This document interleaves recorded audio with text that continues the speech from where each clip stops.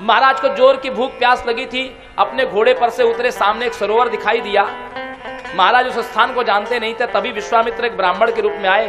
उन्होंने कहा, राजन धन्य है आप चक्रवर्ती सम्राट, आज आपका दर्शन और नाम तो बहुत सुना था आपका। ये कौन है? विश्वामित्र ब्राह्मण के रूप में आए, वेश बदल करके आए।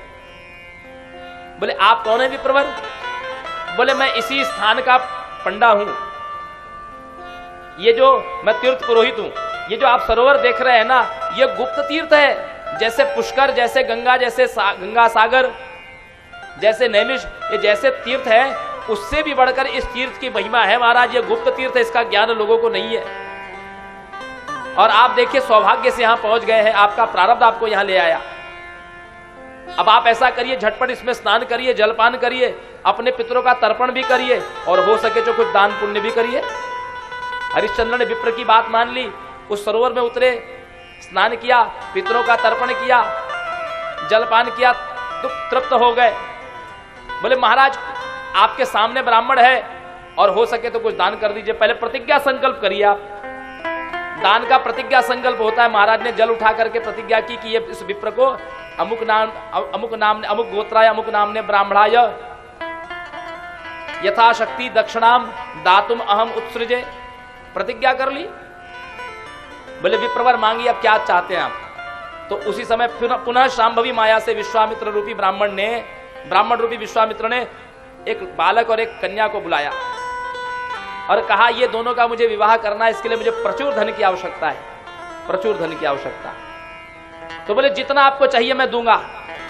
मैंने राजसूय यज्ञ किया है। राजसूय यज्ञ करने वाले का नियम यह होता है सज्जनों माताओं, जिसने राजसूय यज्ञ केवल क्षत्रिय कर सकते हैं।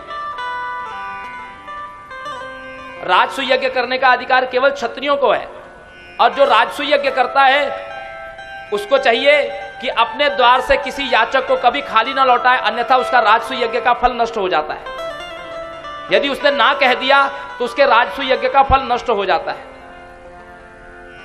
हरिश्चंद्र ने कहा कि विप्रवर मैंने राजसूय यज्ञ किया है, आप जो मांगेंगे मैं दूंगा ही, आप निसंकोच मांगिए। तो बोले महाराज मैं आपकी जितनी अधिकृत पृथ्वी है वो पूरी पृथ्वी, आपका राजमहल, आपका सोना चांदी कोष, आपके घोड़े गौवे हाथी, आपके रथ, आपके आभूषण वस्त्र, ये सब मैं दान में मांगता हूं। हरिश्चंद्र तो ठगे रह गए, आश्चर्यचकित से विस्मय पड़ गए। अब चूंकि प्रतिज्ञा संकल्प कर चुके थे, अन्यथा राजसूय यज्ञ का फल नष्ट हो जाता। क्या करते? वापस आए, बोले आप राज्य में अमुक दिन पर पहुंचिए, मैं आपको सर्वस्व दान कर देता हूं। अब जब विप्र वहां पर पहुंचे, राजा शैव्या और रोहित को लेकर के निकले। सज्जनों माताओं, रोहित को लेकर के निकले महाराज। विप्र ने कहा कि पहले कुछ कर्मकांड की विधि करनी है, उसके बाद में मैं दान लूंगा। अब कर्मकांड की विधि की और दान पूरा सर्वस्व दान ले लिया। अयोध्या में हाहाकार मच गया कि उस ब्राह्मण को मार दो, उसको पकड़ के कारावास में डाल दो, जिसने हमारे भगवान समान राजा को जिसने ठगा है, छल किया है। हरिश्चंद्र ने सबको रोका, ठहरिए ठहरिए, उस विप्र की कोई गलती नहीं है, प्रतिज्ञा मैंने ही की है, मैंने बिना सोचे विचारे उनको सर्वस्व दान कर दिया है। मुझे सर्वस्व दान करने का अधिकार नहीं था, लेकिन मैंने फिर भी बिना सोचे विचारे कर दिया है, इसका दंड मुझे मिलना ही चाहिए। विप्र ने कहा कि महाराज आपने सर्वस्व तो दान कर दिया, लेकिन बिना द्रव्य दान के कोई भी वस्तु दान पूर्ण नहीं माना गया। और ये जो मैंने विधि कराई है आपसे, उसकी सांगता होती है। सांग का अर्थ होता है वेद। जो वैदिक विधि करी जाती है उसको कहते हैं सांगता। जैसे आप गौदान करते हैं तो गौदान में गौ वस्तु हो गई, और उसकी जो विधि, वैदिक विधि से जो गौ की पूजा कराई जाती है तो उसकी दक्षिणा अलग देनी पड़ती है, उसको कहते हैं सांगता की दक्षिणा।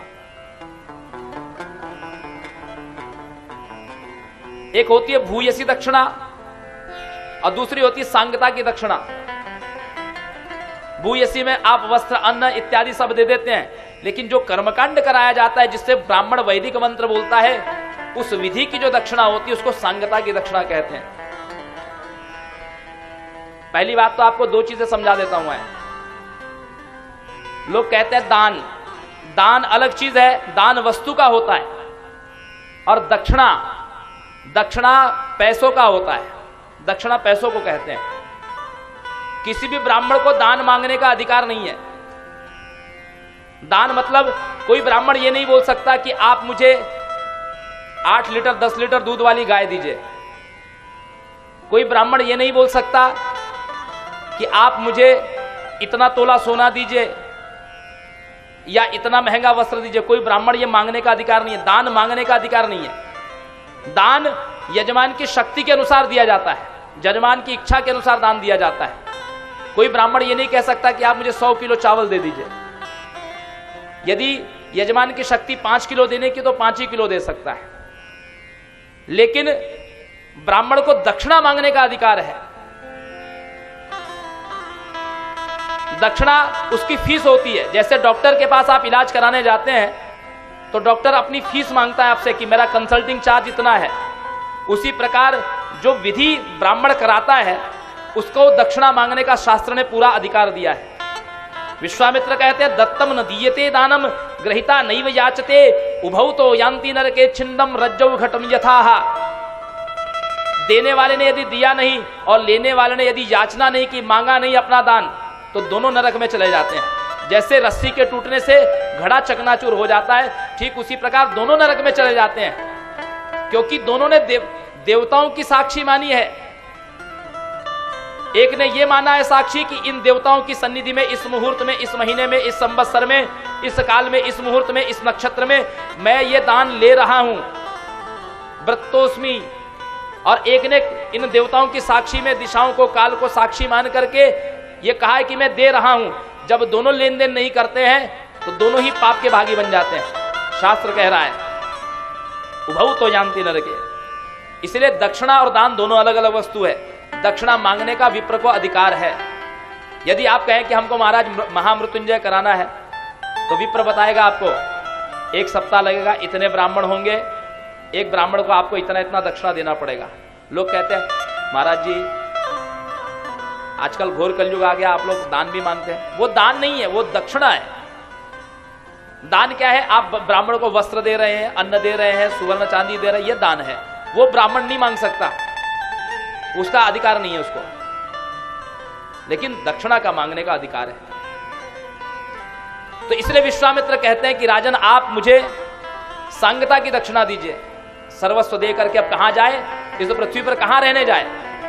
बोले पृथ्वी पूरी राजा की पृथ्वी है, चक्रवर्ती सम्राट है राजा, पूरी पृथ्वी तो दान कर दिए, अब अपनी दी हुई पृथ्वी पर कैसे वास कर सकते हैं, कैसे रात्रि में शयन करेंगे, प्रतिग्रह का दोष लगेगा।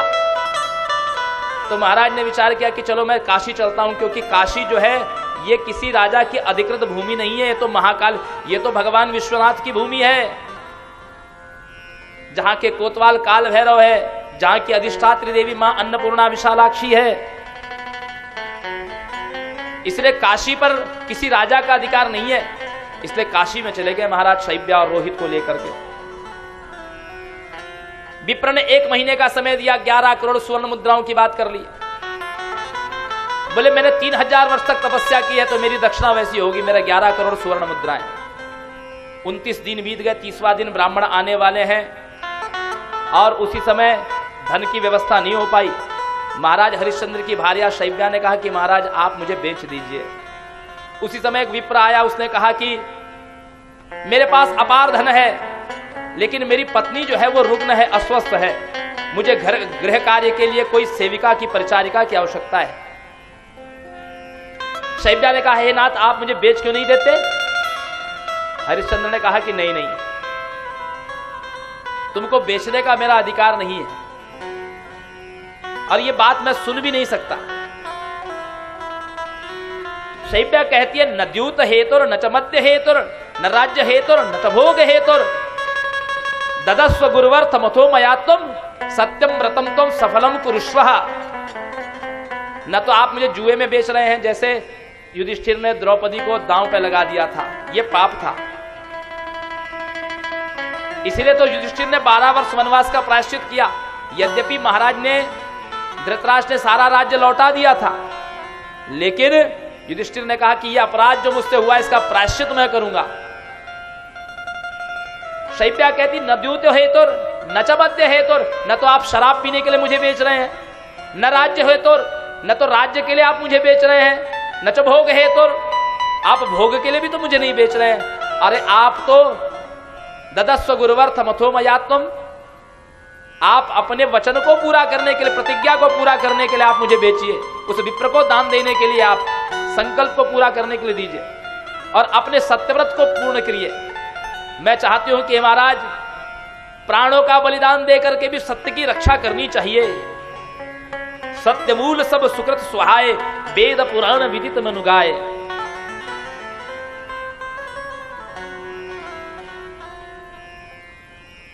महाराज दशरथ ने अपने प्राणों का बलिदान देकर के सत्य की रक्षा की।